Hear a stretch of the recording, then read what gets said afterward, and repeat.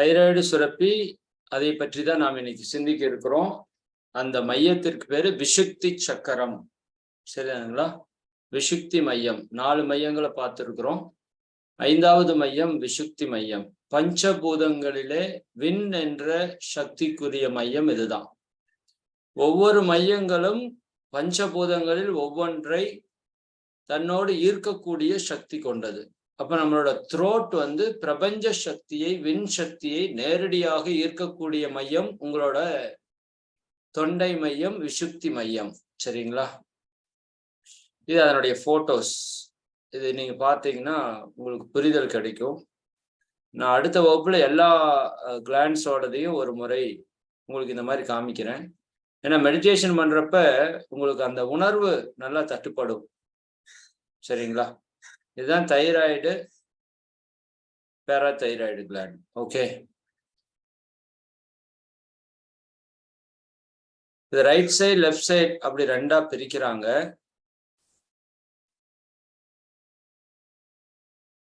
Okay, நம்ம தொண்டையில இந்த கீழ் பகுதியில் இருக்கு. தொண்டையினுடைய கீழ்ப்பகுதி, கீழ் மிடற்று பகுதின்னு சொல்லுவாங்க. அந்த பகுதியில் இருக்கிற இளம் சிவப்பு நிறமான சுரப்பி ஒரு பட்டர்ஃப்ளை மாதிரி இருக்கும். சரிங்களா? ஒரு பட்டாம்பூச்சி இருக்கிற மாதிரி இருக்கும். Okay, good.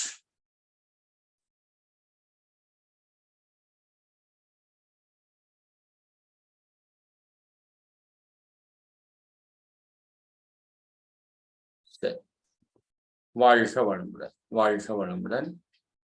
இப்ப இந்த சுரப்பியை பற்றிய, இந்த மையத்தை பற்றிய விவரங்களை நாம் ஒவ்வொன்றா அப்படியே பார்ப்போம். இது விஷுக்தி மையம்.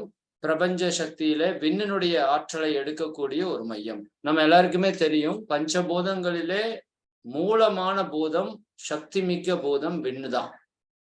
சரிதாங்களா? அந்த விண் தான் காற்றாக, நெருப்பாக, நீராக, நிலமாக பரிணமித்திருக்கிறது. அப்ப அந்த விண்ணனுடைய சக்தி இருக்கக்கூடிய மையம் அப்படிங்கிறதுனால இந்த விஷுக்தி மையத்திற்கு ஆற்றல் மையம் என்று, ஆற்றல் களம் என்று ஒரு பெயர். எப்படி அநாகதத்திற்கு நோய் எதிர்ப்பு காவலன் ஒரு பெயர் சொன்னமோ, அது மாதிரி இதுக்கு ஆற்றல் மையம், இந்த உடலினுடைய ஆற்றல் மையம் இது. ஏன்னா அது விண் சக்தியை, பிரபஞ்ச சக்தியை நேரடியா உள்ள எடுக்கக்கூடிய சக்தி கொண்டது. சரிங்களா? இன்னும் இதுல பல சிறப்புகள் இருக்கு. சிவன் விஷத்தை உண்டார், ஆழகால விஷத்தை உண்டார். நீலகண்டன் அப்படின்னு ஒரு இது நீங்க பார்த்திருக்கலாம். சிவனுடைய கழுத்து அந்த விஷத்தை உண்டதால நீல நிறமாக மாறி இருக்கிறது அப்படிங்கிற ஒரு தத்துவத்தை நீங்க பார்த்திருக்கலாம். நிறைய பேர் ருத்ராட்சை இந்த இடத்தை இயக்கிறதுக்காக ருத்ராட்சை போடுவாங்க. இந்த இடத்தை இயக்கிறதுக்காகத்தான் ருத்ராட்சை போடுறது. ஓகேங்களா? நிறைய பேருக்கு அது தத்துவம் தெரியாதனால அது கீழே ஸ்டைலா தொங்குற மாதிரி எல்லாம் போட்டிருப்பாங்க. இந்த இடம் ஒட்டி நிக்கணும் ருத்ராட்சை. அப்பதான் அந்த மையம் இயக்கத்துக்கு வரும். அப்ப அந்த மையம் இயக்கத்துக்கு வரும்போது நம்ம கிட்ட இருக்கிற நெகட்டிவ், தேவையற்ற எண்ணங்கள், உடல் இருக்கிற தேவையற்ற கழிவுகள் எல்லாத்தையும் ஈர்த்து வெளியேற்றக்கூடிய சக்தி அந்த இடத்திற்கு இருக்குதுன்னு கண்டுபிடிக்கிறாங்க. சரிதானுங்களா? அப்போ இந்த கழுத்து அப்படிங்கிறது ரொம்ப ரொம்ப ஒரு முக்கியமான ஒரு பகுதி. சரிங்களா? சரி, இது த்ரோட் சக்கரா அப்படின்னு சொல்றோம். தொண்டையினுடைய கீழ்ப்பகுதியில இருக்கிறத நம்ம பார்த்தோம். இதனுடைய மெயின் விஷயம் என்னன்னு பாத்தீங்கன்னா சமநோக்கு. சமநோக்குன்னா உங்களுக்கு புரியுதா? அதாவது எல்லாவற்றையும் சமமாக பார்க்கக்கூடிய தன்மை இந்த சக்கரத்தினுடைய ஒரு மிக முக்கியமான ஒரு விஷயம். சரிங்களா? எல்லாத்தையும் சமமா பார்க்கும். எதையும் உயர்வாகவும் பார்க்காது, தாழ்வாகவும் பார்க்காது. நீங்க ஆன்மீகத்துல உயரணும் அப்படின்னா இந்த சக்கரத்தினுடைய சப்போர்ட் இல்லாம மேல்நிலை மையங்கள்ல அதீத சக்திகளை மேலே எடுத்துட்டு போக முடியாது. சரிங்களா? ஆன்மீகத்திலே ஒருவர் உயர வேண்டும் என்று விரும்பினால் நிச்சயமாக இந்த விஷுக்தி சக்கரம், thyroid, parathyroid glands full support பண்ணாதான் அது ஆன்மீக உயர்வுக்கும் நம்மை வழிகாட்டும். சரிங்களா? இந்த ஆன்மீக உயர்வுல ஒரு மிக முக்கியமான விஷயம் என்னன்னா எல்லாவற்றையும் சமமாக பார்க்கக்கூடிய நிலை நமக்கு வரணும். அதுதான் ஆன்மீக நிலை, ஆத்ம நிலைன்னு சொல்றோம். எல்லாத்தையுமே இறைவனுடைய பின்னமாக பார்க்கக்கூடிய ஒரு தன்மை, இறைவனுடைய வெளிப்பாடாக பார்க்கக்கூடிய தன்மை. நான் சென்ற வகுப்புல இங்க சொன்னான்னு தெரியல. ஞானிகளை பொறுத்த வரைக்கும் எல்லாவற்றையும் சமமாக பார்ப்பாங்க. நம்மளே ஒரே மாதிரி தான் பார்ப்பாங்க, பிச்சைக்காரனையும் ஒரே மாதிரி தான் பார்ப்பாங்க, பெரிய பணக்காரனையும் ஒரே மாதிரி தான் பார்ப்பாங்க, படிச்சவனையும் ஒரே மாதிரி தான் பார்ப்பாங்க. ஏன் எரும மாட்டையும் நம்மளையும் கூட ஒரே மாதிரி தான் பார்ப்பாங்க. ஏன் கீழே கிடக்கிற மலத்தையும் நம்மளையும் கூட ஒரே மாதிரி தான் பார்ப்பாங்க. ஏன்னா அவங்களுக்கு எல்லாமே இறைவனுடைய வெளிப்பாடு அப்படின்னு புரியும். அந்த நிலை வர்றது அப்படிங்கிறது சாதாரண விஷயம் அல்ல. சம நோக்கு, எல்லாத்தையும் சமமாக இறைவனாக பாவிக்கக்கூடிய நிலை. அது ஞானத்திற்கான அடிப்படை. அதை கொடுக்கிற மையம் இந்த மையம்.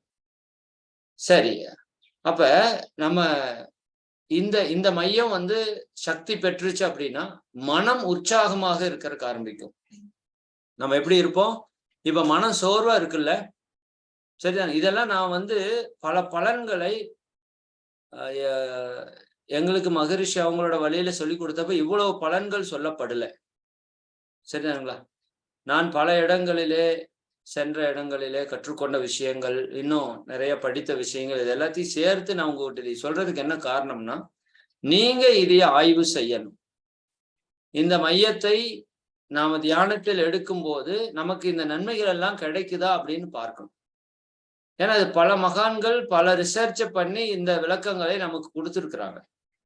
நம்ம ஆக்னை தியானத்திலிருந்து பல விளக்கங்களை கேட்டுக்கொண்டே இருக்கிறோம். மகிழ்ச்சி என்ன தெளிவா சொல்றாருன்னா, சொல்லால் மட்டும் நம்பாதே, நான் சொல்றேன்னு நீங்க எடுத்துக்க வேண்டாம், சரிதானுங்களா? நீ சுயமா சிந்திச்சு பாரு. துரியாதீத தவம் பண்றப்ப எனக்கு இன்னைக்கு கூட கொஞ்சம் தவத்துக்கு முன்னாடி கொஞ்சம் உடலும் மனமும் ஒரு மாதிரி ஒரு டிஸ்டர்ப் இருந்தது.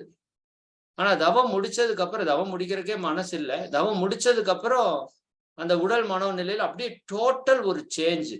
அந்த தவத்துக்கு முன்னாடி இருந்த எனக்கும் தவத்துக்கு பின்னாடி இருந்த எனக்கும் மிகப்பெரிய வித்தியாசத்தை நான் உணர்றேன். என் உடல் அளவுல மனதளவுல அந்த சக்தி ஓட்டத்தை என்னால உணர முடியுது.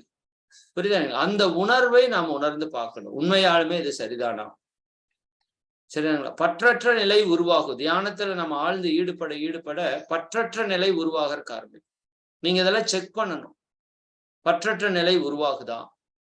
சரிதானே? எந்த விஷயம் உங்களை பாதிக்காம இருக்குதா? பிரச்சனை இருந்துட்டே இருக்கும், ஆனால் அந்த பிரச்சனை உங்களை பாதிக்காமல் இருக்கும். இதெல்லாம் நான் ரியலைஸ் பண்ண விஷயங்கள்.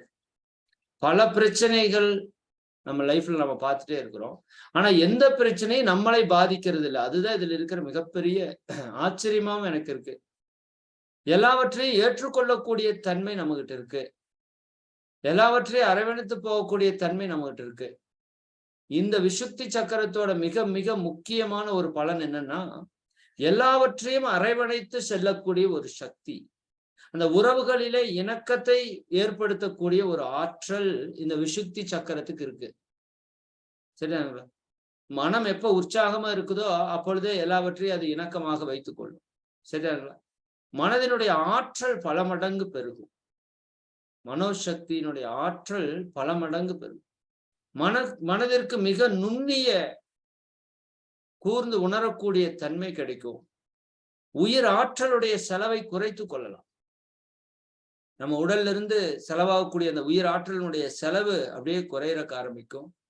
மன நிறைவு கிடைக்கும். மன உற்சாகம் மட்டுமல்ல, இந்த தியானத்தை நாம் ஏற்ற ஏன்னா அந்த பிரபஞ்சத்துல முழுமையா நிறைந்திருக்கிறது விண். அந்த விண்ணினுடைய சக்தி கூட நம்ம தொடர்ந்து இணைந்திருக்க அதுக்கு அந்த மனதிற்கு ஒரு நிறைவு தன்மை கிடைக்கும். மன நிறைவு கிடைக்கும்.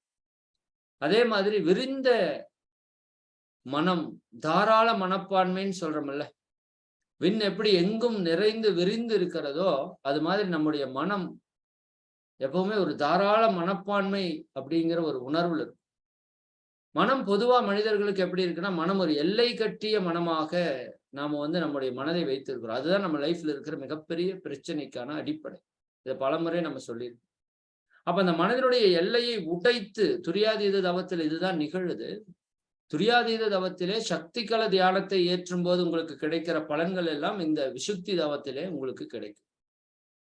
அப்ப மனம் எல்லை கட்டிய நிலையிலிருந்து மன விரிவு பெற்று அந்த விடுதலை உணர்வை நோக்கி செல்லக்கூடிய தன்மை இந்த தவத்திற்கு இருக்கிறது. சரியா? எல்லாவற்றையும் சகித்து கொள்ளக்கூடிய தன்மையும் இந்த தவத்திலே, விசுத்தி மையத்திலே மிக அற்புதமான ஒரு பவர். சரி, நம்ம லைஃப்ல நடக்கிற எல்லா விஷயங்களையும் நாம அக்செப்ட் பண்ணணும் அப்படின்னா அதற்கு இந்த விசுக்தி மையத்தினோட சப்போர்ட் ரொம்ப ரொம்ப முக்கியம். ஞானத்தினுடைய அடையாளமா என்ன சொல்றாங்கன்னா, அக்செப்ட் ஆஸ் இட் இஸ். உள்ளதை உள்ளவாறு ஏற்றுக்கொள். அப்ப ஏற்றுக்கொள்ளணும்னா நீங்க சகித்து கொள்ளணும். அது குடும்பத்திலையும் சரி, சமுதாயத்திலையும் சரி. பலவற்றை நம்மால சகித்து கொள்ள முடியல. அதனால நமக்கு பல தொந்தரவுகள். அதே போல இந்த விசுக்தி மையம் நல்லா சக்தி பெற்றுச்சு அப்படின்னா, தூக்கமின்மை பிரச்சனை சரியாகும். இன்னைக்கு பல பேருக்கு இருக்கிற பெரும் பிரச்சனை தூக்கமின்மை. இந்த தூக்கமின்மைங்கிற ஒரு பிரச்சனையால பலவிதமான நோய்களை நாம அனுபவித்துக் கொண்டிருக்கிறோம். சரியானுங்களா? அப்ப தூக்கமின்மை குணமாகணும்னா, ஏன்னா நான் உங்களுக்கு சொல்லியிருக்கிறேன், இது எல்லாமே இன்டர்லிங்க்டு, நீங்க கனெக்ட் பண்ணி பார்க்கணும். பஞ்சபூதங்களிலே விண்ணினுடைய சக்தி நம்ம உடலுக்குள்ள வர்ற ப்ராசஸ் வந்து தூக்கம். புரியுதா இல்லைங்களா? விண்ணினுடைய, அதாவது உணவு, நீரு, நிலத்தினுடைய சக்தி, தண்ணி, நீரு, காற்று, மூச்சு காற்று, வெப்பம், நம்ம உடல் உழைப்பு. சரிதானுங்களா? அப்ப விண் எங்கிருந்து வருதுன்னா, உறக்கத்தின் மூலமா தான் நமக்கு விண் சக்தி உள்ள வருது. அதனாலதான் தூங்குறப்ப டயர்டா இருக்கிறோம், காலையில எந்திரிக்கிற ஃபுல் எனர்ஜியா இருக்குன்னா பிரபஞ்ச சக்தி ஃபுல்லா இறங்கிருக்கு. அப்ப இந்த மையம் நல்லா வேலை செஞ்சதுன்னா அந்த தூக்க உணர்வுங்கிறது டிஸ்டர்ப் இல்லாம நடக்கும். அப்ப பிரபஞ்ச சக்தி நமக்குள்ள அபரிமிதமா பாயும். அதே போல காது, மூக்கு, தொண்டை, இந்த மூணுமே இன்டர்லிங்க்டு. இஎன்டி டாக்டர்ஸ் நீங்க கேள்விப்பட்டிருக்கலாம். அப்ப இதை சார்ந்த பிரச்சனைகள் எல்லாமே, நிறைய பேருக்கு நாட்பட்ட சளி, சைனஸ், ஆஸ்துமா, இது போன்ற பிரச்சனை எல்லாம் இருக்குன்னா இந்த விசுக்தி சக்கரம் கொஞ்சம் பாதிப்பில் இருக்கிறதுக்கு வாய்ப்பு இருக்கு. சரிங்களா? இந்த தியானத்தை ஏற்ற ஏற்ற ஏற்ற ஏற்ற சுவாச கோளாறுகளும் கூட, மூக்கு சம்பந்தப்பட்ட தொந்தரவுகள், காது சம்பந்தப்பட்ட தொந்தரவுகள், த்ரோட் சம்பந்தப்பட்ட பிரச்சனைகள் எல்லாம் குணமாகிறத நீங்க ஃபீல் பண்ணலாம். சரிதானுங்களா? அதே மாதிரி எலும்பு முறிவுகளுக்கும் இந்த மையம் வந்து மிகப்பெரிய சப்போர்ட் பண்ணும். சரிதானு? எலும்பு முறிந்த நபர்கள் விசுக்தியில தியானம் பண்ணும்போது அந்த இடத்தை வந்து மிக விரைவாக கூடக்கூடிய தன்மை, அதிக பலத்தை கொடுக்கக்கூடிய தன்மை இந்த சக்கரத்துக்கு இருக்கு. அதே போல இம்யூனிட்டி பவர், இதுதான் என்ன சொல்றோம், ஆற்றல் மையம்னு சொன்னோம். சரியாங்களா? நம்ம உடலிற்கான ஆற்றல் மையம். அப்ப அந்த ஆற்றல் மையத்தில் நீங்க தியானம் செய்ய செய்ய உடம்பினுடைய இம்யூனிட்டி பவர் வந்து நல்லா இன்க்ரீஸ் ஆகுறத நீங்க ஃபீல் பண்ணலாம். மூச்சு சம்பந்தப்பட்ட எல்லா பிரச்சனையும் இந்த இடம் வந்து குணப்படுத்தும். சரியாங்களா? உடலினுடைய தன்மை உறுதிப்படுவதற்கு ஆரம்பிக்கும். உடலினுடைய தன்மை உறுதிப்படுவதற்கு ஆரம்பிக்கும். பலருக்கு இந்த தியானத்திலே இந்த உடல் கடந்த நிலைக்கு நம்ம போகணும். ஆனா நம்ம அவ்வளவு சீக்கிரம் உடல் கடந்த நிலைக்கு போக முடியாது. சரிதானா? ஏன்னா பலவிதமான தன்மைகள் நமக்குள்ள இயங்கி கொண்டே இருக்கும். அப்ப உடல் கடந்த நிலைக்கு நம்ம செல்லணும் அப்படின்னா, இந்த விசுக்தி சக்கரால நல்ல இயக்கம் பெற பெற பெற பெற என்னம்னா, உடலை மறந்த நிலைக்கு நம்ம போறக்க ஆரம்பிப்போம். இன்னும் இது பிரபஞ்சம் முழுக்க இருக்கிற விண்ணு கூட இந்த சக்தி மையம் வந்து தொடர்பு வச்சிருக்கிறதுனால பிரபஞ்ச ரகசியங்கள் எல்லாம் நமக்கு புலப்படுவதற்கு ஆரம்பிக்கும். பிரபஞ்சத்திலே பலவிதமான ரகசியங்கள் இருக்கு. சரிங்களா? அந்த பிரபஞ்ச ரகசியங்கள் எல்லாம், பிரபஞ்ச விதிகள் எல்லாம், இயற்கை ரகசியங்கள் எல்லாம் நமக்கு புலப்படக்கூடிய, மிக எளிதாக புலப்படக்கூடிய மையம். அதே மாதிரி பிரபஞ்ச ஆற்றலை நாம் ஈர்த்து கொள்ளக்கூடிய ஒரு மையம். சரிங்களா? இந்த மையத்துல நல்லா தியானம் பண்ணீங்கன்னா, காயகல்பத்துல நாம ஒரு பலன் சொல்லியிருக்கிறோம். என்ன பலன் சொல்லியிருக்கிறோம்னா, காயகல்பம் நல்லா பண்ணிட்டே வந்தோம்னா நம்ம சாப்பிட்ற உணவினுடைய அளவு குறையும், ஆனால் ஆற்றல் குறையாது அப்படின்னு சொல்லியிருப்போம். அதே மாதிரி இந்த விசுக்தியில யாரெல்லாம் நல்லா தியானம் பண்றாங்களோ அவங்களுக்கு உணவு எடுக்கிற தன்மை குறையும், ஆனால் ஆற்றல் குறையாது. யோகிகள், யோகிக் ஸ்டேஜ்ன்னு சொல்றாங்கல்ல, நாம 3 வேளை சாப்பிட்றோம். சரிதாங்க? நாம வந்து ரோகிகள், நோயாளிகள் அர்த்தம். மகரிஷி 2 வேளை தான் சாப்பிடுவாங்க. நான் இப்போ கடந்த ஒரு 6 மாதங்களாக 2 வேளை உணவு, இரவு நேரத்துல கொஞ்சம் பழங்கள் அப்படி எடுத்துட்டு இருக்கோம். இதுவுமே எடுக்கக்கூடாது, 2 வேளை உணவு தான் எடுக்கணும். 2 வேளை உணவு சாப்பிட்றவன் போகி அப்படின்னு சொல்றான். சரிங்களா? அந்த உடல்ல எந்த நோய்களுமே இல்லாமல் இருப்பவன் வந்து 2 வேளை தான் சாப்பிடுவான். யோகி அப்படின்னா யோகிக் ஸ்டேஜ். சரிதானா? அவங்க 1 வேளை தான் சாப்பிடுவாங்க. ஏன்னா அவங்களுக்கு இந்த பஞ்சபூத சக்திகளை ஈர்க்கிற வல்லமை இயற்கையாகவே இருக்கு. அப்புறம் ஒரு குறிப்பிட்ட ஸ்டேஜ்ல சாப்பிடாம நீரை உண்ணக்கூடிய கலை, காற்றை உண்ணக்கூடிய கலை, உணவற்ற வாழக்கூடிய கலைன்னெல்லாம் நிறைய இருக்கு. அப்ப இந்த மையத்தில் நீங்க நல்லா தியானம் பண்ண பண்ண உணவுனுடைய அளவு குறைஞ்சிட்டே இருக்கும். ஆனால் ஆற்றல் உங்களுக்கு அதிகமாயிட்டே இருக்கும். உடம்புனுடைய எனர்ஜி லெவல் வந்து அதிகமாயிட்டே இருக்கும். சரிதானுங்களா? அதே போல இந்த மையத்தில் தியானம் பண்றவங்களுக்கு அருட்சக்தி அப்படின்னு சொல்லக்கூடிய அந்த இறை சக்தியை அபரிமிதமாக பெற முடியும். சொல்வன்மை, த்ரோட் சக்கரா தானே, சரிதானுங்களா? அவங்க பேசக்கூடிய பேச்சினுடைய ஒரு தன்மை, ஒரு திடம் இருக்கு இல்லையா, அந்த சொல்வன்மை. சரி, சிலர் வந்து சொன்னா நடக்குதுன்னு சொல்றோம்ல, அந்த மாதிரி அவங்க சொல்ற சொல்லுக்கே, ஏன்னா அது த்ரோட் சக்கரானுடைய வெளிப்பாடு, அந்த சொல்லுக்கு ஒரு பெரிய பவர் இருக்கும். சரியான முக்கால அறிவு இது பல மையங்கள்ல கிடைக்கும். இந்த மையங்களையும் மிக அதிகமாக கிடைக்கும். முக்கால அறிவுனா கடந்த கால விளைவை கணித்து எதிர்கால, கடந்த கால அனுபவத்தை கணித்து எதிர்கால விளைவை கணித்து நிகழ்காலத்திலே நாம் எப்படி நடந்து கொள்ள வேண்டும் அப்படிங்கிற சிந்தனை வந்து அந்த ஃபிராக்ஷன் ஆஃப் செகண்ட்ல வரணும். உட்காந்துட்டு 1 மணி நேரம் யோசிச்சு வர்றது வரும், நமக்கு எல்லாருக்குமே வரும். நம்ம யாரும் யோசிக்கிறது இல்லை. ஆனா எந்த ஒரு செயலை செய்யறப்பவுமே இதனோட கடந்த கால அனுபவம் என்ன, எதிர்காலத்துல என்ன விளைவு வரும் நம்ம யோசிச்சோம்னா நீங்கள் நானும் ஞானி. அவதான் முக்காலமும் உணர்ந்த ஞானின்னு சொல்றாங்களே, அதுதான் அது, வேற ஒண்ணும் இல்லை. அவங்களுக்கு கடந்த காலத்தையும் பார்க்க முடியும், எதிர்காலத்தையும் பார்க்கவும் முடியும். சரியான அப்ப அந்த முக்கால அறிவு, முக்கால ஞானம் இந்த விசுக்தி சக்கரால் இருக்கிறவங்களுக்கு நல்லா ஏற்படும். கலைத்திறன், குறிப்பாக பாடல் கலை, சரியானுங்களா? நல்லா பாட்டு பாடுறவங்களுக்கு இந்த விசுக்தி சக்கரா நல்லா ஆக்டிவேஷன் ஆகும். அதனாலதான் இந்த பாடகர்களுக்கு வந்து எனர்ஜி வந்து ஆட்டோமேட்டிக்கா இன்க்ரீஸ்ல இருக்கும். ஏன்னா விசுக்தி ஃபுல்லா ஓப்பன்ல இருக்கும். சரிதானுங்களா? அந்த சங்கீதம் அப்படிங்கிறதே த்ரோட்னோட பேசுறதுதான் வருது. சரிதானுங்களா? அதே போல சுக்தி, சுக்தி என்றால் தூய்மை அப்படின்னு பொருள். சரிதானுங்களா? நம்முடைய மொத்த ஆற்றலையும் தூய்மைப்படுத்தக்கூடியது இந்த விசுக்தி சக்கரம். சரிங்களா? அதனாலதான் நான் இங்க சொன்னேன், அந்த தீமையெல்லாம் எடுத்து நீங்க பாருங்க, மாட்டுக்கு ஒரு கீரை கொடுப்போம்ல, அது என்ன கீரை? அகத்திக்கீரை. அகத்திக்கீரை கொடுப்பாங்க, பார்த்துருக்கீங்களா? இந்த தர்ப்பணம் பண்றப்ப, திதி பண்றப்ப எல்லாம் மாட்டுக்கு அது என்னத்துக்காக தெரியுமா? மாடு பல உணவுகளை சாப்பிடும், பல புல் போன்ற விஷயங்கள் எல்லாம் சாப்பிடும். சாப்பிட்றப்ப அதுல விஷத்தன்மை இருக்கிறதும் சிலது உள்ள போயிடும். ஆனால் அது விஷத்தன்மை இருக்கிறதையே நீங்க கொடுத்தாலும் பால் கறந்தீங்கன்னா அதுல விஷம் இருக்காது. என்ன ஒரு அற்புதம் பாருங்களேன்! இந்த மாட்டுக்கு இறைவன் கொடுத்த எவ்வளவு பெரிய வரம் பாருங்க. சரி, இது மாதிரி பல விலங்குகளுக்கு இருக்கு, கொக்கு போன்ற பல உயிர்களுக்கு இருக்கு. அப்ப அதனோட த்ரோட்ல வந்து அந்த விஷத்தை வாங்கி வைக்கிற தன்மை இருக்கு. அந்த த்ரோட் இருக்கு இல்லைங்களா, அந்த த்ரோட்ல அந்த கெட்டதை வாங்கி வைக்கிற தன்மை இருக்கு. அதுக்குதான் நீங்க அகத்திக்கீரை கொடுத்தீங்கன்னா, அந்த அகத்திக்கீரை என்ன பண்ணும்னா, அந்த உள்ள சேர்த்தி வச்சிருக்கிற விஷத்தை முறிச்சிரும். அகத்திக்கீரைக்கு அப்படி ஒரு சக்தி இருக்கு. நம்ம உடம்புல இருக்கிற கழிவு நீக்கிறதுல அகத்திக்கீரைக்கு மிகப்பெரிய ஆற்றல் இருக்கு. குறைந்தது மாதத்தில் ஒரு முறையாவது அகத்திக்கீரை சாப்பிடணும். சரியானுங்களா? நல்லா வேக வச்சு சாப்பிடணும். சரியாங்களா?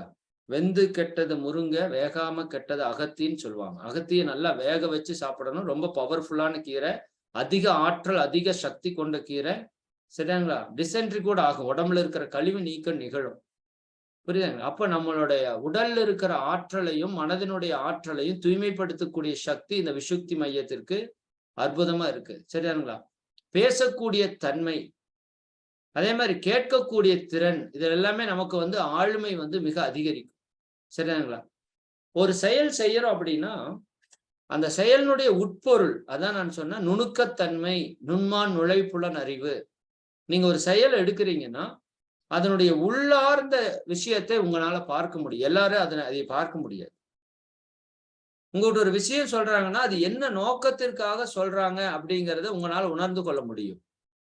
சரியா? இது பெரும்பாலான எல்லாராலையும் உணர்ந்து கொள்ள முடியுமானா நிச்சயமா வாய்ப்பு இல்லை.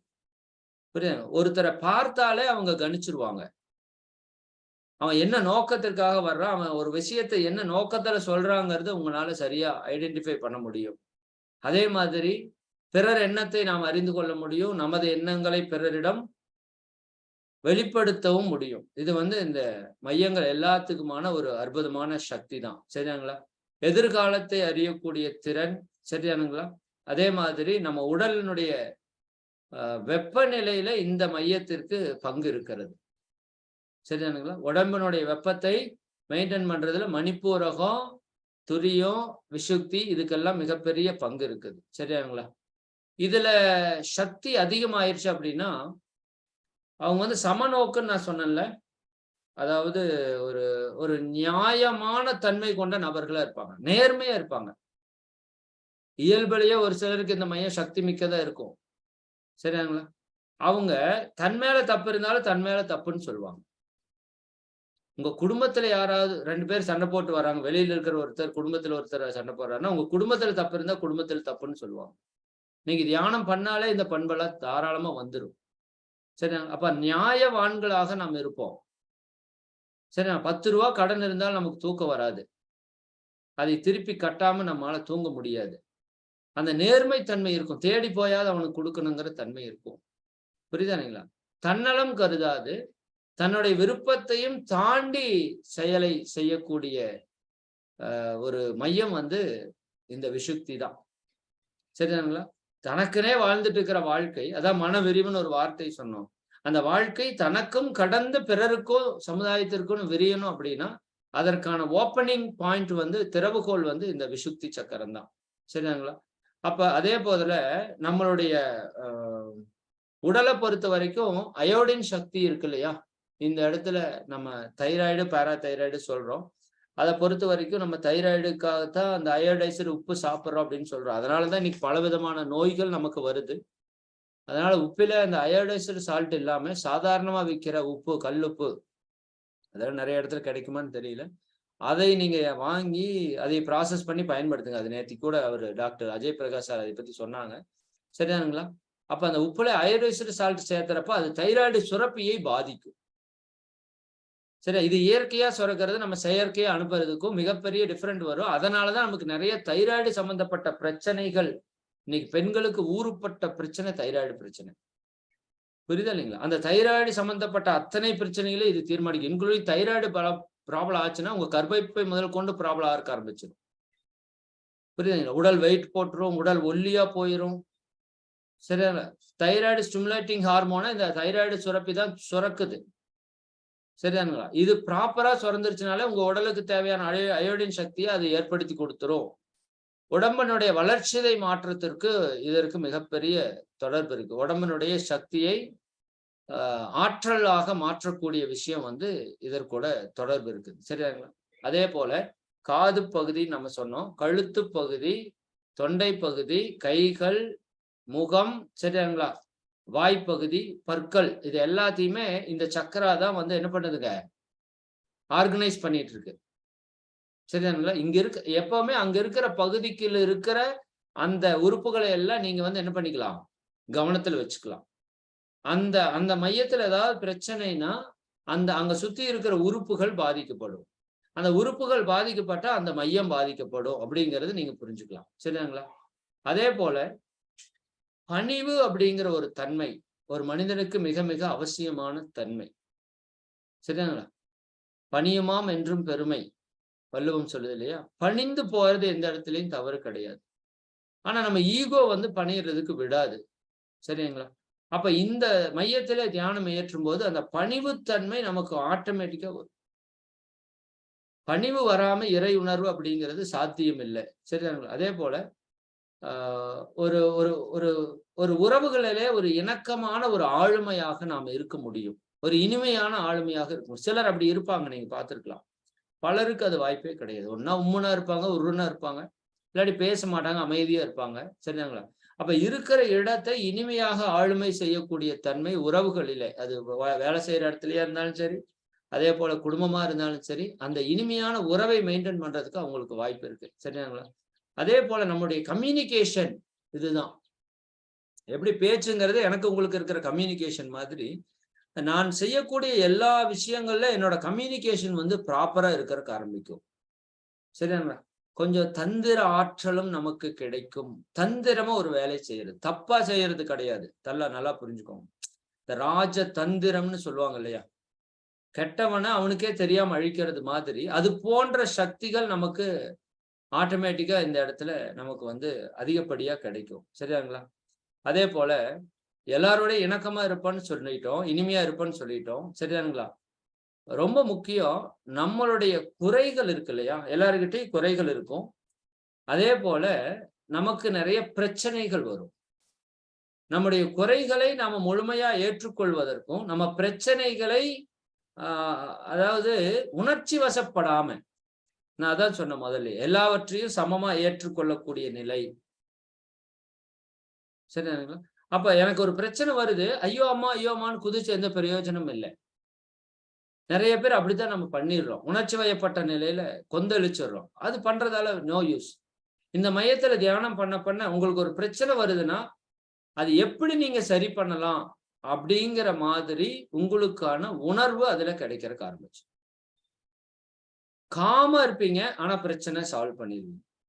சரியா? அதே மாதிரி நமக்கு ஏதாவது ஒரு குறை நம்ம மேல ஒருத்தவங்க சொல்றாங்கன்னா, உடனே நம்ம கொந்தளிச்சு கவலைப்படுறதோ, கோபப்படுறதோ தேவையில்லை. அதை ஏற்றுக்கொள்ளக்கூடிய தன்மை நமக்கு ஆட்டோமேட்டிக்கா இயல்பாகவே நமக்கு வந்துடும்.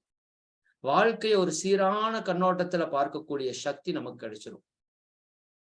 வாழ்க்கைய ஒரு சீரான கண்ணோட்டம்.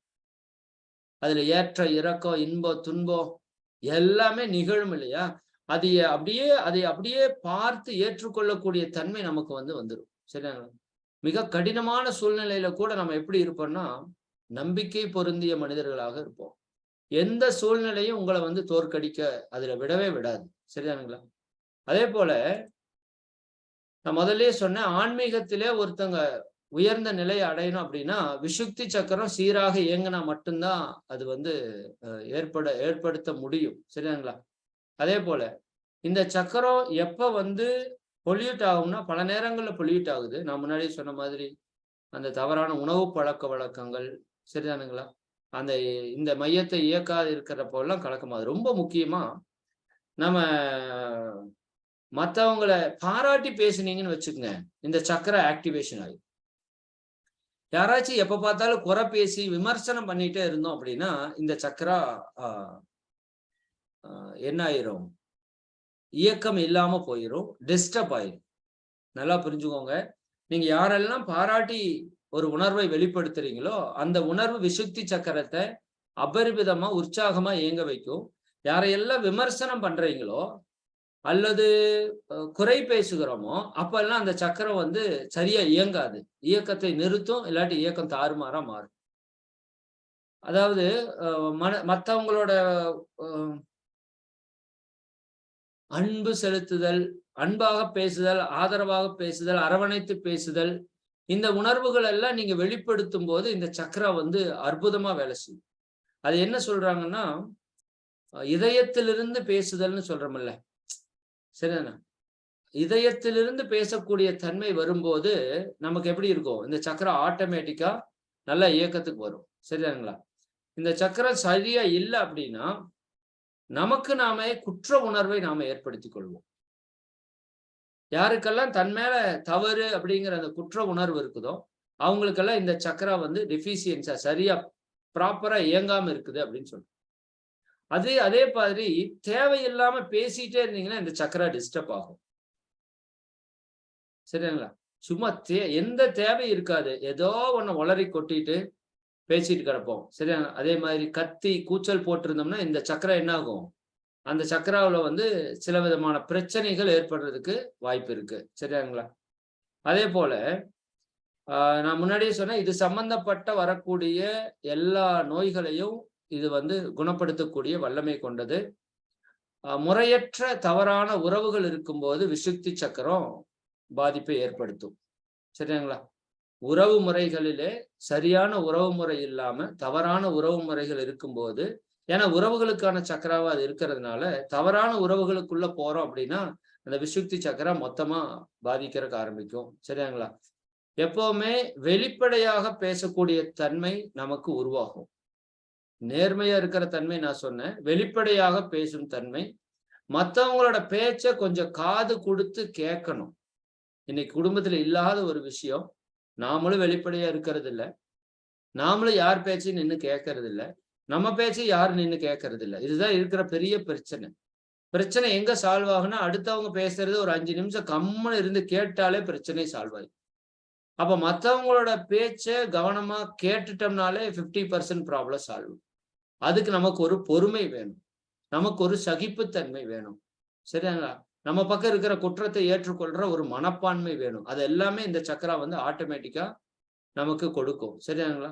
அதே மாதிரி கலைத்திறன்கள் நம்ம சொன்னோம். டிராயிங், பாடுறது, இந்த சக்தி எல்லாம் அபரிமிதமா நமக்கு கிடைக்கும். கிரியேட்டிவிட்டி, தன்னம்பிக்கை, நம்ம வாழ்க்கையை பற்றிய ஒரு நம்பிக்கை, மனதிற்கு ஒரு அமைதி நிலை, இது எல்லாமே வரும். சரியாங்களா?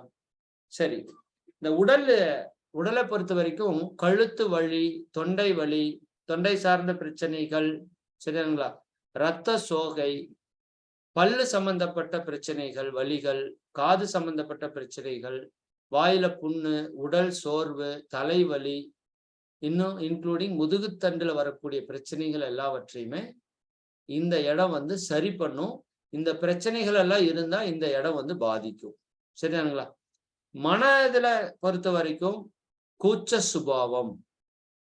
சரியா? நிறைய பேர் கேட்பாங்க, சார் நான் எனக்கு எல்லா திறமையும் இருக்கு, ஆனா அந்த கூச்ச சுபாவம் மட்டும் போக மாட்டேங்குது. இந்த மெடிடேஷன் நீங்க பண்ணீங்கன்னா விசுக்தியும் சரி, அநாகதமும் சரி, இந்த கூச்ச சுபாவத்திலிருந்து நம்மை விடுவித்து ஒரு தைரியமான ஒரு மனிதனாக உங்களை மாற்றக்கூடிய சக்தி இந்த இடத்துக்கு இருக்கு. சரிதானே? அதே மாதிரி மற்றவங்க கூட பேசுறதுக்கு, பழகிறதுக்கு நம்ம எல்லாம் என்ன பண்ணிட்டே இருக்கிறோம், அந்த கூச்ச சுபாவம் நம்மளை வந்து அப்படியே அடக்கி வச்சுட்டே இருக்கு. சரிதானே? அதே மாதிரி அளவுக்கு அதிகமா பேசுறது, சுத்தமா பேசாமையே இருக்கிறது, மற்றவங்க ஏதாவது கேலி செஞ்சிருவாங்களோ அப்படிங்கிற ஒரு பய மனோநிலையிலேயே இருக்கிறது. சரிங்களா? தேவையில்லாம உபயோகம் இல்லாம பேசுறது, நான் முன்னாடி சொன்ன மாதிரி மற்றவங்க பேசுறத கவனிக்காம இருக்கிறது. சரி, இல்லைன்னா நீங்க பாருங்க, சிலர் என்ன பண்ணுவாங்கன்னா பேச பேச நடுவுல குறுக்கிட்டு பேசுவாங்க. அதெல்லாம் இந்த சக்ரா வந்து ஸ்ட்ராங்கா இல்லை அப்படிங்கிறதுக்கான ஒரு சில அறிகுறி. சரிதானுங்களா? அதே மாதிரி நான் முன்னாடி சொன்ன மாதிரி மேடைகள்ல பேச தயங்குறது, சமூக தொடர்புகளை முற்றிலுமாக தவிர்க்கிறது, நினைத்ததை வெளிப்படையா பேசாம இருக்கிறது, பொய் பேசுறது. சரிதானுங்களா? பொய் பேசினாலே எல்லா மையங்களுமே அவுட் ஆயிரும். சரிதானுங்களா? இந்த மையம் பேச்சுக்கான மையமா இருக்கிறதுனால இதுல உண்மையற்ற தன்மையை நீங்க பேசுனீங்கன்னா அது வந்து செயல்பாட இழக்கறக்க ஆரம்பிக்கும். அதே மாதிரி பிடிவாதம் பிடிக்கிறது. சரிதானுங்களா? இது எல்லாவற்றையுமே குணப்படுத்தக்கூடிய சக்தி இதுக்கு இருக்கு. அப்போ இந்த மையத்துல நல்ல ஆற்றலை நம்ம பெருக்கும் போது இவ்வளவு பலன்களை நம்ம பெறுகிறோம். நான் இப்ப சொன்ன விஷயங்கள் எல்லாம் நீங்க சங்கல்பமாக எடுத்து செய்யும்போது கூட என்ன ஆகும்னா இந்த மையம் வந்து ஆக்டிவேஷன் ஆகும். மெடிடேஷன்ல தீவிரமா ஆக்டிவேஷன் ஆகும். இருந்தாலும் சில சங்கல்பங்கள் இருக்கு. சரி, அந்த சங்கல்பங்களை பற்றி நான் உங்களுக்கு அடுத்த வகுப்புல எல்லா மையத்துக்கான சங்கல்பங்களும் சொல்றேன். ஒண்ணும் இல்லைங்க. சங்கல்பம்னா என்னன்னா, இப்ப இந்த இடம் வந்து கம்யூனிகேஷனுக்கான ஒரு விஷயமா இருக்கிறதுனால நான் உண்மையே பேசுவேன். இப்ப பொய் பேசினா இந்த சக்கரம் வந்து டிஸ்டர்ப் ஆகும்னு சொன்னோம்ல. நான் உண்மையே பேசுவேன். நான் எல்லாரோடையும் இணக்கமாக இருப்பேன். என்னுடைய விஷயங்களை நான் நேர்மையாக, தெளிவாக மற்றவங்க கிட்ட வெளிப்படுத்துறேன். சரிங்களா? நான் என்னுடைய பேச்சு வந்து நல்ல பேச்சாக இருக்கிறது. நான் உபயோகம் உள்ள பேச்சுக்களை மட்டுமே பேசுவேன். பிறர் சொல்வதை நான் கூர்ந்து கவனிக்கிறேன். சரிதானா? பிறரோடு நான் அன்பாக நடந்து கொள்கிறேன். சரிதானா? அளவு கடந்த மகிழ்ச்சியை நானும் அனுபவித்து பிறருக்கும் கொடுக்கிறேன். என் மனதில் அமைதி. இது எல்லாமே நான் நேர்மையாக இருக்கிறேன், நான் சமநிலையோடு இருக்கிறேன். இந்த மாதிரியான தாட்ஸை நீங்க எப்பவெல்லாம் ப்ரொடியூஸ் பண்றீங்களோ அப்ப ஆட்டோமேட்டிக்கா அந்த விசுக்தி சக்கரா ஆக்டிவேஷன் ஆகும். விசுக்தி சக்கராவை ஆக்டிவேஷன் பண்றதுக்கான சில சங்கல்பங்கள், அது நீங்க அந்த சக்கர மையங்கள் தேவைன்னா நீங்க அந்த நல்ல நேர்மறையான சங்கல்பங்களை ஏற்படுத்தி கொண்டே இருக்கிறது அப்படிங்கிறது ஒரு ஒரு ஒரு அதை தூண்டுவதற்கான மிக முக்கியமான ஒரு விஷயம். சரி, இப்ப ஆக்னை பத்தி நம்ம நிறைய பார்த்துருக்கிறோம். சில விஷயங்கள் மட்டும் நம்ம இந்த இடத்துல நம்ம பார்த்துட்டு நம்ம நிறைவு பண்ணிக்கலாம். ஆக்னை சக்கரம், புருவ மையம். சரிங்களா? இன்னொரு 11 நிமிஷம் இருக்கு. போதுன்னு நினைக்கிறேன் எனக்கு தெரிஞ்சு. சரிங்களா? போதும், பார்க்கலாம். ஆக்னைங்கிறது புருவ மையம். சரியானா? இதுக்கு நிறைய பேர் சொல்றோம். நெற்றிக்கண், கண் புருவ பூட்டு, பஞ்சனை மேல் இருக்கை, ஏறுபடி தியானம். சரிதானா? ஞானக்கண், வாரணாசி. சரிதானுங்களா? முத்து முகப்பு, முச்சந்தி வீடுன்னு பலவிதமான பெயர்களை வந்து நமது முன்னோர்கள் இந்த ஆக்கினை கொடுத்துருக்காங்க. சரிதானா? இது வந்து வெரி வெரி பவர்ஃபுல் ஒரு சென்டர். இது நம்ம ஆல்ரெடி ஆக்டிவேஷன் பண்ணிட்டோம். இருந்தாலும் அதை பற்றி சில தகவல்கள் மட்டும் நான் உங்களுக்கு வந்து இந்த இடத்துல கொடுக்குறேன். இங்க இருக்கிற கிளாண்ட் வந்து பிட்யூட்டரி கிளாண்ட் அப்படின்னு நம்ம சொன்னோம். சரிங்களா? ஒருத்தர் ஆத்ம உணர்வை பெறணும் அப்படின்னா இப்ப பஞ்சபூதங்களை கடந்த நிலைக்கு அவர் வரணும் இல்லையா? இப்ப பஞ்சபூத மையங்களை கடந்து அந்த பஞ்சபூதத்திற்கு அடுத்ததா இருக்கிறது மனம், அதற்கு அடுத்ததா இருக்கிறது உயிர், அதுக்கு அடுத்து இருக்கிறது இறைவன். நல்லா புரிஞ்சுக்கோங்க. பஞ்சபூதங்களுக்கு அடுத்த நிலை மனம், அதற்கு அடுத்த நிலை உயிர், அதற்கு அடுத்த நிலை இறை. பஞ்சபூதங்கள் இருந்து மனம், உயிர், மையத்துல இறைவன் அப்படி வச்சுக்கோங்க. அப்ப அந்த மனதை கடந்த நிலைக்கு போகணும் அப்படின்னா ஆன்மீகத்திற்கான ஒரு திருப்புமுனை மையமாக நாம இந்த மையத்தை தான் மகான்கள் எல்லாருமே இதை வந்து ரெக்கமெண்ட் பண்றாங்க. சரியா? ஆக்கினை சக்கரம். அதே மாதிரி இந்த என்ன சொல்லுவாங்க, கருமாரி அம்மன் சொல்லுவாங்க இல்லையா? கருமாறி இருக்கிற அம்மன் அப்படின்னு பேர். அந்த அம்மனுக்கு பாத்தீங்கன்னா தலைக்கு மேலதான், தலை மட்டும்தான் இருக்கும். அந்த அம்மனை வழிபடுற இடங்கள் எல்லாம் பாத்தீங்கன்னா கருமாரி அம்மன் தலை மட்டும் இருந்து சிலை இருக்கும், நீங்க பார்க்கலாம், உடல் இருக்காது. அப்படின்னா என்னன்னா, கீழே இருக்கிற கரு வித்து சக்தி, குண்டலினி சக்தி, அதை மேலே ஏற்றி வைக்கக்கூடியது, அதுதான் கருமாறி அப்படின்னு நம்ம சொல்றோம். அந்த கருமாறி வரும்போதுதான் நாம அந்த இறை உணர்வை பெறுவதற்கான தகுதியை நம்ம பெறுகிறோம். அதற்கான மையம். சரிங்களா? பொருள் கவர்ச்சியிலிருந்து நம்ம முற்றிலுமாக நீங்கணும். பொருள்ல இருந்து நீங்கணும்னு சொல்லல, நல்லா புரிஞ்சுக்கோங்க. பொருள் இல்லாருக்கு இவ்வுலகம் இல்லை. பொருள் நிச்சயமாக வேணும். ஆனா அந்த பொருள் கவர்ச்சியிலேயே இருந்தோம் அப்படின்னா நம்ம வாழ்க்கை முழுக்க பொருளுக்காகவே வாழ்க்கை போயிடும். பொருளற்ற வாழ்க்கைன்னு ஒரு பாட்டுல கூட பாடுவார் இளையராஜா. சரிங்க? பொருளுக்கு அழைந்திடும் பொருளற்ற வாழ்க்கையை மனம் கேக்குது, ஏதோ ஒரு பாடுவார், வச்சுக்கோங்க. அப்ப பொருள் மேல பற்று, தீவிரமான பற்று, அது மேல இருக்கிற கவர்ச்சி, அந்த பொருளுக்காகவே நம்முடைய வாழ்க்கை முழுக்க ஓடக்கூடிய ஒரு தன்மையிலிருந்து நம்ம விடுபட்டு வரணும். அதுல இருந்து விடுபட்டு வந்தா தான் ஆத்மாவை பற்றிய தன்னிலை விளக்கத்திற்கான இடத்துக்கு நம்ம உணர முடியும். சரிங்களா? அதனால இது தன்னிலை உணர்வுக்கான ஒரு மையமாக ஆக்கினை சக்கரத்தை பல ஞானிகள் குறிப்பிடுறாங்க. அவேர்னஸ், விழிப்பு நிலை. சரிங்களா? கான்ஸ்டன்ட் அவேர்னஸ், அயரா விழிப்பு நிலை. அதனால மகிழ்ச்சி என்ன சொல்லுவாங்கன்னா, எப்பவுமே இங்க வந்து உணர்வை வச்சு கவனிச்சுட்டே இருங்க, அந்த உணர்வுலயே இருங்க. அப்பதான் நீங்க விழிப்பு நிலையிலேயே இருப்பீங்க. நீங்க செய்யற செயல்கள் சரியாக இருக்கும். நாம விரும்பிய நல்வழியில் நிற்கக்கூடிய திறன் எங்க கிடைக்கும்னா ஆக்னா சக்கரத்துல தான் கிடைக்கும். அதனாலதான் ஃபர்ஸ்ட் மகரிஷி ஆக்னா சக்கரத்தை கொடுக்குறாங்க. சரியானுங்களா? அதே மாதிரி இந்த மையம் பாதிக்கப்பட்டுச்சுன்னா உடம்புல இருக்கிற எல்லா ஹார்மோனும் பாதிக்கப்படும். Hormone problems. ஏன்னா இது வந்து master gland, pituitary gland master gland. இது கீழே இருக்கிற 5 மையங்கள் இப்ப பார்த்தோம்னா மூலாதார, சுவாதிஷ்டான, மணிப்பூர, அநாகத, விசுத்தி, இந்த 5 மையத்தையும் கண்ட்ரோல் பண்றவர் இவர் தான். அப்புறம் இவர் டிஸ்டர்ப் ஆனார்னா இது எல்லாமே டிஸ்டர்ப் ஆக ஆரம்பிச்சு. சரியா? இந்த எல்லா மையத்தையும் கண்ட்ரோல் பண்ற சக்தி இதுக்கு இருக்குன்னு சொல்றாங்க. சரியா? அதே மாதிரி நாளமில்லா சுரப்பிகள், மையங்கள் மட்டும் இல்ல, இருக்கிற நாளமில்லா சுரப்பிகள் எல்லாத்தையும் அதுதான் இயக்கிட்டு இருக்கு. இதுக்கு வந்து ஆக்னினா கட்டளைன்னு பேர். இது ஆர்டர் கொடுத்துதான் எல்லாமே இயக்கத்துக்கு வரும். நம்மகிட்ட என்னன்னா பெரும்பாலான மக்களுக்கு ஆர்டர் கொடுக்கறதுலயே இயக்கத்தில் இல்லை. அதுதான் நமக்கு பிரச்சனையே இருக்கு. சரிங்களா? ஆர்டர் போடுற மேனேஜரே சரியா இல்லைன்னா எப்படி வேலை ப்ராப்பரா நடக்கும் ஒரு நிறுவனத்துல? அந்த மாதிரிதான் நம்ம உடலுக்குள்ள இப்ப செயல் நடந்துட்டு இருக்கு. அப்ப இந்த இடத்தை தட்டி எழுப்புறதுக்கு தான் நம்ம முன்னோர்கள் பலவிதமான யுக்திகளை பயன்படுத்தி இருக்காங்க. சரிதானுங்களா? நம்ம மனோசக்திக்கான மையம் வந்து அதுதான். அதே போல அறிவு கூர்மை. சரிங்களா? அறிவு ஒன்றி ஒன்றி அறிவை பழக்க உறுதி, நுட்பம், சக்தி இவை அதிகமாகும் மகிழ்ச்சி சொல்லுவாங்க. அறிவு கூர்மை அடையும். சரிங்களா? உயிர் உணர்வு கிடைக்கும். இங்க நம்ம எதை உணர்றோம்? இவ்வளவு நாள் நம்ம உணர்ந்ததே இல்லை. ஆக்கினை தவம் எடுத்ததுக்கு அப்புறம் தான் அந்த உயிரினுடைய உணர்வை நம்ம பெறுவோம். ஆண்மை உணர்வை பெறுவதற்கான தகுதி உயிர் உணர்வு. இறை உணர்வை பெறுவதற்கான தகுதி ஆன்ம உணர்வு. அப்ப என்ன பண்றோம்? இந்த இடத்துல உயிர் உணர்வை நம்ம பெறுகிறோம். சரிங்களா? அப்ப ஆட்டோமேட்டிக்கா அன்பு கருணை நம்ம கிட்ட இயல்பாக மலர்வதற்கு ஆரம்பிக்கும். சரிங்களா? நம்ம மனம் எப்பவுமே 5 புலன்கள் வழியாகவே ஓடிக்கொண்டிருந்த மனதை ஒரு நிலைப்படுத்தி அதை ஆக்கினையிலே அந்த உயிர் உணர்விலே நிலைக்கக்கூடிய ஒரு ஒரு ஒரு மையம் வந்து இந்த மையம். சரிங்களா? அப்ப அலைகின்ற மனதை நிலையான மனமாக மாற்றக்கூடிய ஒரு மையம் இந்த ஆக்கினை மையம். ஆக்கினை மையத்துல தியானம் செய்ய செய்ய நம்ம முன்னாடியே பார்த்திருக்கிறோம், நம்மளுடைய ஆகாமிய கர்ம வினைகள், அதாவது இனிமேல் நான் செய்யக்கூடிய தவறுகளிலிருந்து நீங்கள் விடுவித்துக் கொள்ளணும் அப்படின்னா, இப்ப இது வரைக்கும் பாஸ்ட் இஸ் பாஸ்ட், முடிஞ்சது முடிஞ்சு போச்சு, இனி முடிஞ்சது நீங்க பெருசா மாற்றுவது முடியாது. சரிதாங்க. இனிமேலாவது நம்ம தப்பு செய்யாம இருக்கணும்ல, இனிமேலாவது பாவப்பதிவு சேர்த்தாம இருக்கோம்ல, அதுக்கான மையம் வந்து ஆக்கினை மையம். மனதனுடைய அலைச்சூழல் வேகம் ஆல்பா நிலைக்கு வருது, சரிதான, மன அமைதி கிடைக்குது. நம்ம வாழ்க்கையில தேவை, பழக்கம், சூழல் இவற்றுக்கு ஏற்ப நம்முடைய வாழ்க்கையை சீரமைத்துக் கொள்வதற்கான மையமாக இந்த மையம் இருக்கு. சரிதாங்களா? அதே போல இப்ப ஆசை வந்து ஒரு லிமிட்டுக்கு மேல போனா பேராசையா கன்வெர்ட் ஆகுதுன்னு சொன்னேன்ல.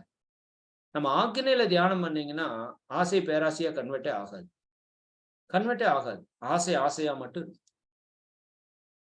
சரிதானுங்களா? நீங்க நல்லா கவனித்து செய்து பாருங்க.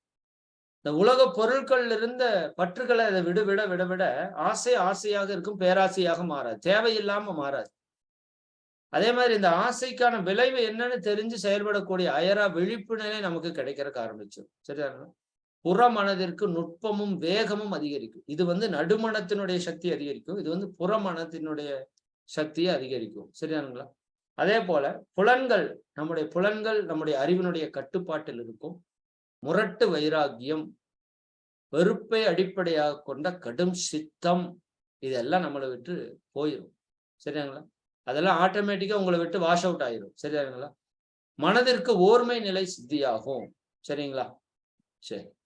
அதே போல மன்னிக்கிற தன்மை, நிறைய பேருக்கு அந்த மன்னிக்கிற தன்மை வராது. பல ஆண்டுகளாக யாராவது ஒருத்தர் செஞ்ச தவறை நம்ம மனதில் வைத்துக் கொண்டே செயல்பட்டு கொண்டே இருப்போம். மன்னிக்கிற தன்மை, இரக்க குணம், சரியாண்ணா, அந்த சிந்தனை வந்து என்ன சொல்ற, அந்த தாட்ஸ் ப்ராசஸ் இல்லாம மன அவேர்னஸா இருக்குன்னு சொல்றோம்ல, ஆன்மீகத்தில் மிக முக்கியமான பகுதி. சரிதானுங்களா? எண்ணத்தில் எண்ணமாய் நிலைத்தலே யோகம்னு மகரிஷி சொல்றாங்கல்ல, அந்த நிலை. சரிதானுங்களா? தேவையில்லாம மண்டையில போட்டு கண்டதெல்லாம் ஓடாம அந்த அவேர்னஸ்ல இருக்கக்கூடிய ஸ்டேட்டை இந்த இடம் வந்து கொடுக்கும். சரிதானுங்களா? ஆகினா சக்கரம் அப்படிங்கிறது அந்த இறை உணர்வுக்கு போகணும்னா சகசிராதாரம் போகணும். சகசிராதாரத்திற்கான நுழைவாயில் ஆக்கினை தான். சரிதாங்க. இது வந்து இறைவனை அடைவதற்கான நுழைவாயில். இந்த சகசிராதாரம் என்கிற துரியத்தை அடைவதற்கான நுழைவாயில் ஆக்கினை தான். ஆக்கினையில பவர் ஏத்துனீங்கன்னா ஆட்டோமேட்டிக்கா துரிய ஓப்பன் ஆகும். சரிங்களா? பல மையங்களிலே ஆக்கினை தாமம் மட்டும்தான் இருக்கு. அதுவே துரியம் போகும், அதுவே துரியாதீதமும் போகும். நீங்க ஆக்கினை மட்டும் பண்ணிட்டே இருந்தாச்சு. ஆனா கூட சாந்தி பண்ணிக்கணும் அதுல. ஆனா அது அவங்களுக்கு நிறைய பேருக்கு தெரியாம இருக்கிறதுனால பல பிரச்சனைகளை நம்ம பாக்குறோங்க. சரியானுங்களா? அதே போல இந்த சக்கரம் நம்முடைய பார்வை, சரியானுங்களா, செவிப்புலன், எண்ணங்கள், இது எல்லாத்தையுமே இது வந்து கட்டுப்படுத்துது. சரிதானுங்களா? சரி, டைம் எத்தனை? 1:28 ஆச்சு. சரியானுங்களா? நம்ம நிறைய நேரம் இன்னைக்கு இருக்கிற காலத்துல கம்ப்யூட்டர், செல்போனை நம்ம அதிகமா பயன்படுத்துறோம். சரியானுங்களா? இது அதிகமா பாக்குறப்ப இந்த ஆக்னா சக்கரம் கொஞ்சம் பலவீனமாகுன்னு இப்ப கண்டுபிடிச்சிருக்காங்க. யாரெல்லாம் அதிகப்படியாக செல்போன், அதிகப்படியான லேப்டாப், அதிகப்படியான டிவிய அதிகமா பாக்குறோமோ அவங்களுக்கு என்ன ஆகும்? கண்ணை நீங்க அதிகமா யூஸ் பண்றப்ப ஆக்னா சக்கரம் பலவீனமாகிறதுக்கு வாய்ப்பு இருக்கு. அதனால அந்த இடத்த கொஞ்சம் கவனமா இருக்கணும். சரிதானுங்களா? தலைவலி குணமாகும், மறதி, நினைவுத்திறன் பெருகும், மறதி குணமாகும். சரிங்களா? உடல் எடையில மாற்றங்கள் இருந்தா அது சமனாகும். கண் கோளாறுகள், மலச்சிக்கல் குணமாகும். சரிங்களா? அதே மாதிரி பாலுறவுல நாட்டம் இல்லாம இருக்கிற தன்மை வந்து சரியாகும். என்ன சார் பிட்யூட்டரிக்கு பால் உணர்வுக்கு என்னன்னா, இதுதான் எல்லா கிளாண்டையும் கண்ட்ரோல் பண்ணுது. நான் வந்து முதல்ல மாணவர்களுக்கான யோக பயிற்சி எடுக்கிறதுல இந்த வித்து சக்தி மையமாக கொண்டுதான் பயிற்சி எடுக்கணும்னு பிளான் பண்ணணும் பிஹெச்டிக்கு. அது ரிசர்ச் பண்றப்ப என்ன தெரியுதுன்னா, வித்து சக்தியை கண்ட்ரோல் பண்றதே பிட்யூட்டரி கிளாண்டு தான். அதனாலதான் மாணவர்களுக்கு ஆக்னை தியானம் கொடுத்துட்டா பால் உணர்வு கட்டுப்பாட்டுல வந்துடும். சரியான குழந்தை பேரு இன்மையை இது வந்து சரி செஞ்சிரும். சரியாங்களா? அதே மாதிரி மூட்டு வலி, சோர்வு, தூக்கமின்மை, தோல் சம்பந்தப்பட்ட பிரச்சனைகள், நீர்ச்சத்து குறைபாடு, இது எல்லாத்தையுமே குணப்படுத்துற சக்தி இதுக்கு இருக்கு. எல்லா நோயும் குணப்படுத்துங்கிறது நீங்க மைண்ட்ல வச்சுக்கோங்க. ஏன்னா ஆக்னைங்கிறது எல்லா கிளாண்ட்ஸோட மாஸ்டர் கிளாண்டா இருக்கு. மனம் சம்பந்தப்பட்டதுல பயம், பதட்டம், கோபம், மன அழுத்தம், எதுலயும் இன்ட்ரெஸ்ட் இல்லாம இருக்கிறது, தனிமையா உணர்றது, எரிச்சல் உணர்வு, தன்னை பற்றிய ஒரு மேன்மையா கருதாம இருக்கிற தன்மைகள் எல்லாமே இந்த ஆக்னை செய்ய செய்ய செய்ய செய்ய நம்ம இதை விட்டு அப்படியே அகன்றும். சரிங்களா? அப்ப இவ்வளவு பவர்ஃபுல்லான சக்ராஸ்ல தான் நாம வருகின்ற பௌர்ணமி அன்னைக்கு 9 மைய தியானத்தை நாம ஏற்ற இருக்கிறோம். சரியாங்களா? இன்னொரு 2 வகுப்பு, 3வது வகுப்பு நமக்கு தியானமா இருக்கும். நான் அடுத்த வகுப்புல துரியம், சக்திகளம், சிவகலம் இன்னொரு முறை உங்களுக்கு ரிவைஸ் பண்ணிட்டு, இதை பற்றிய எல்லா விஷயங்களும் ஒரு டைம் ரிவைஸ் பண்ணிட்டு, அதற்கு அடுத்த வகுப்புல நாம தியானத்தை எந்த இடத்துல பண்ணணும், எப்படி பண்ணணுங்கிற நுட்பத்தை எல்லாம் சொல்லி ஒரு முறை தியானம் நடத்திட்டு, அந்த தீட்சை கொடுக்குறப்ப நம்ம பர்ஃபெக்டா அந்த தியானத்தை முழுமையா செய்ய போறோம். ஓகேங்களா? சரி, மிக்க மகிழ்ச்சி. நம்ம இதோட இந்த உரையை நிறைவு செய்து கொள்ளலாம். நான் வாழ்த்தி நிறைவு செஞ்சிடறேன். இந்த நிகழ்விலே கலந்து கொண்டுள்ள நீங்களும் உங்கள் அன்பு குடும்பமும் எல்லாம் வல்ல அருட்பேராற்றலின் கருணையினால் உடல் நலம், நீலாயுள், நிறை செல்வம், உயர் புகழ், மெய்ஞானம் ஓங்கி, இறை உணர்வு, அறநெறி, கல்வி, தனம், தானியம், இளமை, வலிவு, துணிவு, நன்மக்கட்பேர், அறிவிலுயர்ந்தோர் நட்பு, அன்புடைமை, அகத்தவம், அழகு, புகழ், மனித மதிப்புணர்ந்து ஒழுகும் பண்பு, பொறையுடைமை எனும் பேறு 16 பெற்று பெருவாழ்வு வாழ்க. வாழ்க வளமுடன், வாழ்க வளமுடன், வாழ்க வளமுடன், வாழ்க வளமுடன். மிக்க மகிழ்ச்சி. அனைவருக்கும் நன்றி. ஒரே நிமிடம்.